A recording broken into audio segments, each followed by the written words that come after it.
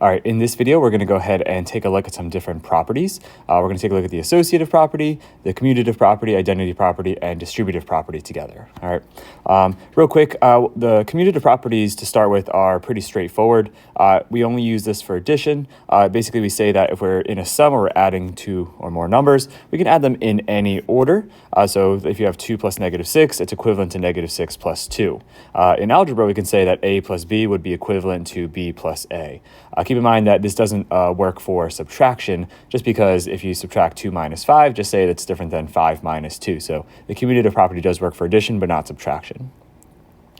There's another commutative property that we can talk about, which is the commutative property of multiplication. So in a product or the answer to a multiplication problem, you can also multiply in any order as well. So 8 times -5 is equivalent to -5 times 8, right? You'll get -40 either way. In algebra, we can say a times b or ab is equivalent to ba or b times a. You can use commutative property for addition and multiplication. We can't use it for subtraction or division. Keep in mind for division, it doesn't work either, because if you say like 2 divided by 1, that's different than 1 divided by 2, right? So 2 divided by 1 is 2, but 1 divided by 2 is a half. The next property we can talk about is the associative property, and this is just what numbers are associated together. And so in words, we can just say if we go ahead and change the grouping of numbers in a sum, as long as we're adding, if you change the grouping, it's not going to change the actual answer here. So here we have 9 plus 6 grouped, and then adding 2 later. The numbers are in the same order here, but you can see 6 and 2 are grouped, but 9 is not. So either way, as long as we have all three numbers here, they're just grouped differently in this first expression and the second expression, you'll get the same sum. Algebraically, we can say that a plus b plus c afterwards is the same thing as b plus c first and adding on the a afterwards. Okay, this is the associative property of addition. We just change the grouping, not the order or anything, but you still get the same value. There's also the associative property of multiplication. So similar to the associative property of addition, we can change the grouping in a product or when we're multiplying a bunch of numbers, and that's not going to change the answer or the product at all. So if you group 3 times 10 and then multiply by 4 later, or you multiply 10 times 4 first and multiply by the 3 later, either way, you're going to get the same value. All right, so far we've talked about two different commutative properties. They just talk about changing the order, but the answer stays the same or the value stays the same. And then these two associative properties are if you change the grouping for addition and multiplication, the answer is still going to be the same. So two different properties, but for two different operations. Moving on, these two are pretty straightforward. We have two different identity properties, one for addition, one for multiplication. For the identity property of addition, when you add 0 to a value, the value stays the same, or we have the same value. So in numbers, -4 plus 0 is just -4, or a plus 0 in algebra is just equal to a. So whenever you add on 0 and it stays the same, technically you're using the identity property of addition. For multiplication, we have an identity property, but you can't use 0. It's actually going to be 1. So if you multiply any value by 1, then the value is going to stay the same. So in numbers, 9 times 1, hopefully we agree that is 9. And then a times 1 is just going to be a. Okay, so that's the algebra for that.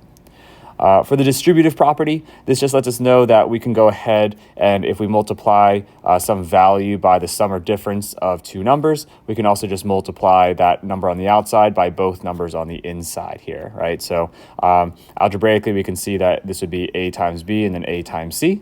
That would be these two products here that we could write. If you write this 4 on the end or on the right side, it doesn't matter. It's still the same here as 4 times 6, 4 times 3. So you can see that's going to be the same. So even if the a is on the outside on the right, you can still go ahead and distribute it and multiply by both terms on the inside there. This actually works for differences as well. So you can say 5 times 7, 5 times 2. So these are the products over here. So this would be a times b minus a times c here. Similarly, with subtraction, even if the number is on the right side, you can still do the same thing here. It would be 5 times each of these values on the inside, and it would be a times each of these values on the inside here, right? So a times b or b times a and c times a. And again, multiplication is commutative, so if you wrote ab versus ba or ca versus ac, you're going to get the same product either way. Okay, so here's a bunch of different properties, but these are all important properties that we're going to be using in just a moment. So if you need to pause and think about that, try to make sure we feel comfortable with each of these different properties. There are two different commutative properties that we want to make sure we know. There's two different associative properties we want to know, and then there's two different identity properties, and then one distributive property. All right, so we're really looking at, let's see, commutative, associative, identity, and distributive. There's 4 different properties, but 3 of them have 2 different versions, right? One for addition, one for multiplication.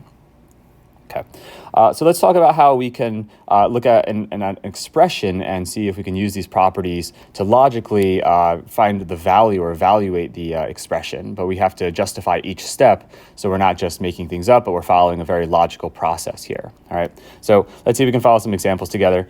We have this original expression of a plus b plus c plus d, and you're given that a is equal to negative 14, b is equal to 27, c is equal to 14, and d is equal to 43 here. Okay, so this is just the original expression. Okay, so the justification, you can just write original variable expression. Then what do? Well, we turned each of these variables into integers or each of the values, and we can just say substitute values. So whenever you substitute, you can just write substitute values. Okay, so we have this long addition problem here, right? But what do we want to do? Well, we want to add these all together and get an answer. You can see at the bottom, we're going to get 70 eventually, right? But we want to think about how we can use some of these different properties that we just talked about. Now, everything's addition, so we're not going to use any of the properties of multiplication. Everything we're going to use is a property of addition here. I'm noticing right away that this negative 14 and 14 can make 0, but you can't just like add them out of order. Technically, we're going to show you like how we can move things around so we can get them to be together. So the first thing you're going to do though is put these parentheses at the beginning, because based on order of operations, if it's all addition, we go left to right. And so whenever you insert parentheses, you always will write order of operations. Okay, so again, the first thing we're going to do here is say we just have to identify where we're going to start. It's always left to right by default. Then for the next step here, notice I'm going to go ahead and swap the negative 14 plus 27 and make it 27 plus negative 14. So that's the commutative property of addition. That's the justification there, right? That's what happened from this step to this step. We swapped those 2 numbers that were going first in the order of operations there. Afterwards, take a look what's going on here. These 2 were grouped, but then the grouping moved over here. Now, what's that called? Well, remember we said that's the associative property of addition. When you move the grouping symbol, that's what just happened there. And now that these are actually together in parentheses, you could follow the order of operations and just add negative 14 plus 14 to get the 0 here, and that's just the order of operations. Okay. Now, if you're going to solve this problem, which is a little bit less steps than we had before, we can go ahead and insert parentheses over here, and that's just order of operations, right? If you go ahead and now add 27 plus 0 and you get 27, keep in mind that while that is order of operations, more specifically, it's the identity property of addition. Remember, the only number you can add on to a number to stay the same is going to be 0. So that's an important number to look out for. And then finally, if you're just adding this 27 and 43 and we get this 70 here, that's really just order of operations, just solving there. You don't need to put in parentheses or anything just because there's only one operation to choose from. So you can just go ahead and add and say order of operations. All right, let's try another expression here where we practice using these properties as well. So here we have a product. It's a times b times c times d. That's just the original variable expression. These are the different values that a, b, and c and d are going to be equal to. And so first things first, let's go ahead and swap these variables out for some actual values, and that's just going to be substitute values here, right? So just notice we can use parentheses just to keep things nice and organized here. Right away, though, I am seeing here that we have this negative 0.01. And when I see that as a fraction, I'm thinking that's 1 over 100. And so if we're going to be trying to use some of our properties, the only one that's pretty specific is the identity property of multiplication if we're trying to use that. And the only number we can multiply by to use the identity property of multiplication is going to be 1, right? So if we have this, I don't think we can get 1 by multiplying any of these numbers here, over here rather. But this is 1/100th. So I'm thinking if we can get 100, maybe you see this 4 and 25. If we can get 100 at some point, we could probably multiply those to get 1, right? And then we can use the multiplication identity property. So we have all these multiplication steps here, but let's go ahead and just add in the brackets. You can use parentheses, but brackets are fine if it's more clear. And remember, when you ever add those in, that's order of operations. I'd like to get the 25 and 4 together so they can multiply to get that 100. So I'm going to go ahead and move the grouping over here between the 9 and the 4 instead, and that's the associative property of multiplication there, right? We changed what's being associated together. Let's go ahead and swap the order of these 2 numbers. So instead of 9 times 4, it's going to be 4 times 9. Again, I'm really trying to get these 2 numbers next to each other so we can multiply them. Now, we can't really multiply this negative 25 and 4 just because there's this grouping symbol here saying that 4 times 9 has to go first.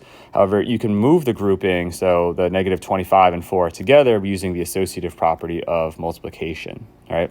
So now that these are together, we can actually just go ahead and multiply them. That's just order of operations. You get negative 100. We're just solving, right? Now, let's go ahead and put these brackets in. That's order of operations. If you are trying to figure out what's going to go first, it's just going to be left to right by default. Let's go ahead and swap the negative 100 and 9. So it's going to be 9 times negative 100. So that's the commutative property of multiplication when you swap the order. Now, let's go ahead and move the grouping. It was between the 9 or around the 9 and negative 100. We're just going to move it over. And if we move the grouping, that's the associative property of multiplication. Now, if we go ahead and multiply negative 100 times negative 100th, that's just going to equal 1. So when we do that, it's just order of operations because we're just solving, right? And if finally there's only one operation, 9 times 1, that's equal 9 here, and that's the identity property of multiplication. Sure, it is order of operations, you're just multiplying. However, because we're specifically multiplying by 1, we should be saying identity property of multiplication to use that property. All right, let's try another example here. In this one, we're going to use the distributive, identity, commutative, and associative properties to evaluate given these different values. So here we have our original variable expression, okay? And what we're going to do first is just substitute our values in. So we see A is negative 6, B is 3, C is negative 4, and D is 18, okay? So substituting hopefully makes sense there. Then we're going to go ahead and take this negative 6. We're being told to use the distributive property, so this is a great time to use it. We see this negative 6 out in front. So negative 6 times 3, we're just writing just like this. And negative 6 times negative 4, we're writing just like this as a product. So that's the distributive property. Next, we're going to just follow the order of operations. You don't need to insert any parentheses or anything because multiplication goes before any addition by default, and we go left to right. And then we're going to go ahead and then multiply these two values here and use order of operations again, right? Just because multiplication will go before any addition. So at this point, we just have a shorter expression, which is really nice. We are going to add from left to right here. So let's go ahead and just insert parentheses around here. That's order of operations. Hopefully we can see here that if we can get this negative 18 and positive 18 together, we'll get 0, and that way we can use the identity property. So the game is here to see if we can rearrange things and use each of the properties at least once here. All right, let's go ahead and take this negative 18 and 24 and just swap them around. If we swap them around, that's the commutative property of addition. And then if we go ahead and take this grouping symbol and move it around the negative 18 and positive 18, that's the associative property of addition. Negative 18 plus 18 can be evaluated and just get 0. That's just order of operations. And then anything plus 0 is staying the same. That's the identity property of addition. Okay. Let's try somewhere we have to actually fill in some on our own, okay? So let's see if we can do this. And if you want to pause and try to do it on your own as well, feel free to do so. Let's see, for this first one, this is just the original expression, right? So what did we write earlier? I think we just wrote original variable expression. So I'm going to write original variable expression.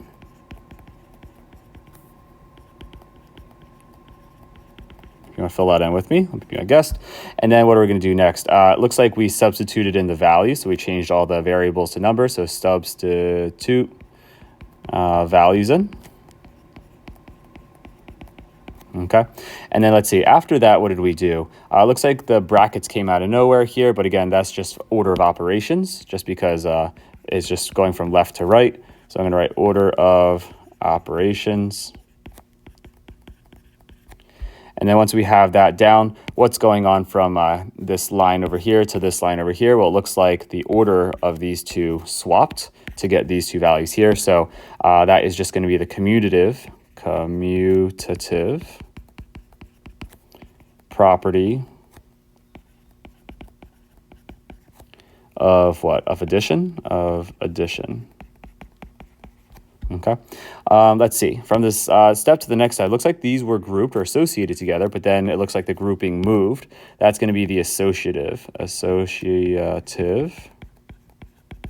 And then what is that? Is that the property of addition? So let's go ahead and put this as property of addition. All right. Feel free to just kind of abbreviate as you need a little bit, but make sure we feel comfortable knowing what everything is standing for here.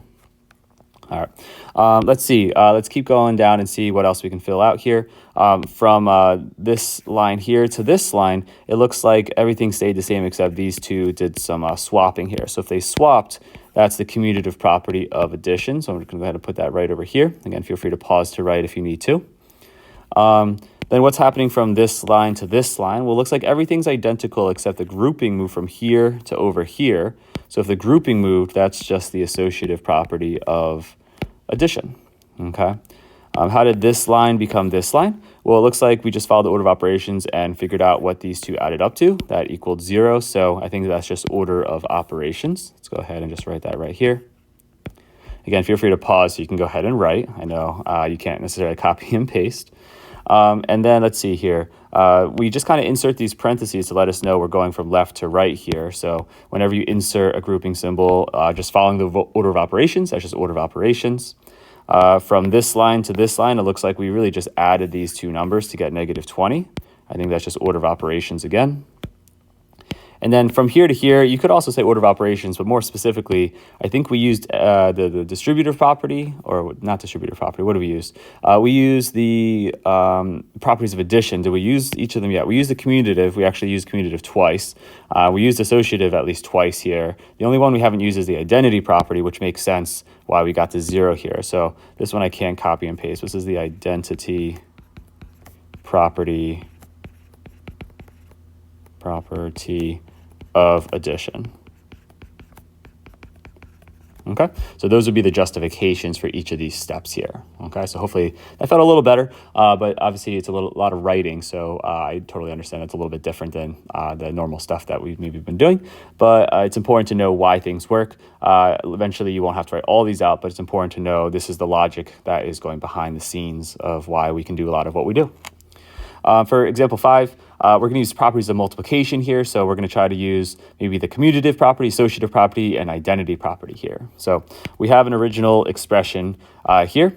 This time it looks like we're given the justifications. We're going to try to write the expression. So it says substitute the values in. So A is going to be 4. I'm going to use parentheses to show multiplication. Multiplied by B. B is going to be 6 here. C is going to be 0.25 or 25 hundredths. And then D is going to be 8 here. All right, so order of operations, we would just go from left to right. So we would just basically put brackets around and say it's going to be 4 times 6. And then we're going to keep the 0.25 on the outside and the 8 on the outside, okay? The commutative property of multiplication, let's see, that means you must swap, but the only thing you're allowed to swap is we have to do first here. So let's go ahead and swap what's in the grouping symbol here. Let's do 6 times 4. Okay, and then multiply by the 0.25 times 8 afterwards. Now let's see, it says associative property, so let's move the brackets from here to somewhere else. Now I think the goal here is to move it around the 4 and the quarter, because if you multiply those are reciprocals, you'll get 1. So the 6 is going to be hanging out here by itself, but I think we're going to move the brackets around the 4 and the quarter, and 4 quarters does get us 1. It says order of operations, so we'll just go ahead and solve this. 4 times a quarter, that's going to be 1. So it's going to be 6 times 1 times 8. So let's see, that takes care of that, yes. And then order of operations, let's go ahead and put brackets and say 6 times 1 should go first here, right, out of the 2 multiplication problems. And then it says identity property, so this works out really well. 6 times 1 is just going to be 6. So we have 6 multiplied by 8. And then 6 by 8 is going to be 48. So just using order of operations. So in the last example, we practiced writing the justifications. In this example, we practiced going ahead and using the justifications to come up with the steps that we were going to write in the expression for just manipulating and rearranging pieces using those properties. All right, here is one more example, but this time you're going to have to do a little bit of each. So in this example 6, let's go ahead and use the distributive property, identity property, and the commutative and associative properties, specifically when A is -4, B is 9, C is 16, and D is 36. So let's see here. We have the original expression, so that's kind of given to us, right? It says substitute values, so let's go ahead and make some substitutions here. So A is going to be -4. I'm going to go ahead and write -4 here. And then we're going to multiply by what? I'm going to use brackets here. So b is 9, so it's going to be 9 plus 16 here. And then plus d is 36. So you could use parentheses if you want technically, but brackets are fine. I just think it's a little bit more clear. And then let's see, what happens from this step to this step? It looks like things were distributed, right? It looks like this -4 multiplied by 9 and -4 multiplied by 16. I think that's what happened here, right? What's that property called? That's called the distributive property. Distributive property. Just like that, okay? Let's see, it says order of operations next, so I think if you follow the order of operations, this multiplication here has to go first. So -4 times 9 is going to be -36, so I'll write -36 plus -4 times 16 plus 36, okay? And then what happens between this step and this step? I think the only difference here is that this -64 must have come from multiplying these, and that would have been the order of operations, right? Because we just followed it. Order of operations. Okay. And then let's see what's next here. It says order of operations is the justification. So what would we do for order of operations here? Well, I think we would just go left to right. I think we would just say that this -36 plus -64 would have to be added first, and then the 36 would be added second if we're following the order of operations. It looks like from this step to this step that the -36 and -64 swapped, so that's the commutative property of addition. Okay, and once we have swapped them, let's see, the next step says the justification is the associative property. So right now this is being grouped, so we must be moving the grouping. So there's only 3 things here. So the -64 must be left on its own, and then it looks like we must have this -36 plus 36 added together and be associated. So it looks like we just moved the parentheses from here over to here. Nothing else changed. Looks like the next step, we got the 0 over here, right? So that must have come from -36 plus 36. If you add opposites, you always get 0. That's just going to be order of operations, right? We're just adding the 2 numbers that we see and just following the order of operations. And then finally, how did this step become this step? Well, looks like when you add 0, you stay the same. So hopefully that makes sense that that's the identity property of addition. Okay, so if we just kind of recap here real quick, we kind of just at the beginning just went over each of the different properties. And then after we kind of like wrapped our heads around what they are by themselves, the trickier part is kind of using them. So here are a couple examples where all the steps were done one by one. Feel free to pause and like try some of these on your own, or cover one side or cover the other side and practice doing this. Okay. In the second example, we did the same thing as the first one. The first one had all properties of addition. This one had all properties of multiplication. So again, if you want to pause and retry this one, or cover up one line at a time or most of the lines and then try, see if the steps make sense there. In this third one, we used a little bit of a combination because distribution is a multiplication operation, but then you can see that we used other properties of addition after that. Same thing if you want to pause and then think those through again, that'd be great.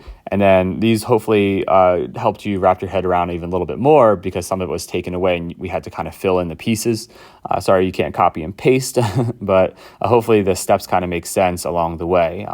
The justifications should hopefully make sense in terms of how the progression was on the left side with the expression. In this one, we went ahead and were given the justification, so we practiced writing all the expressions and followed the directions that the justifications were pointing to. And then finally, this last one had different combinations. Some of the justifications, some of the expressions were written, and we kind of went back and forth between filling in what made sense in those spots. So hopefully each of these properties make a little bit more sense now, but they're going to take a little bit of practice to kind of wrap your head around even more and to feel more comfortable. But again, feel free to pause and then, take a blank piece of paper and try doing each of these steps. Even more challenging would be to start from the beginning to the end and see if you can write all the expressions and justifications without having all these boxes and some of it filled out for you. So hopefully you found this video helpful. Feel free to save it and just kind of look back at it if you need to reference anything, but hopefully this video helped you kind of wrap your head around it and you feel more comfortable with these topics.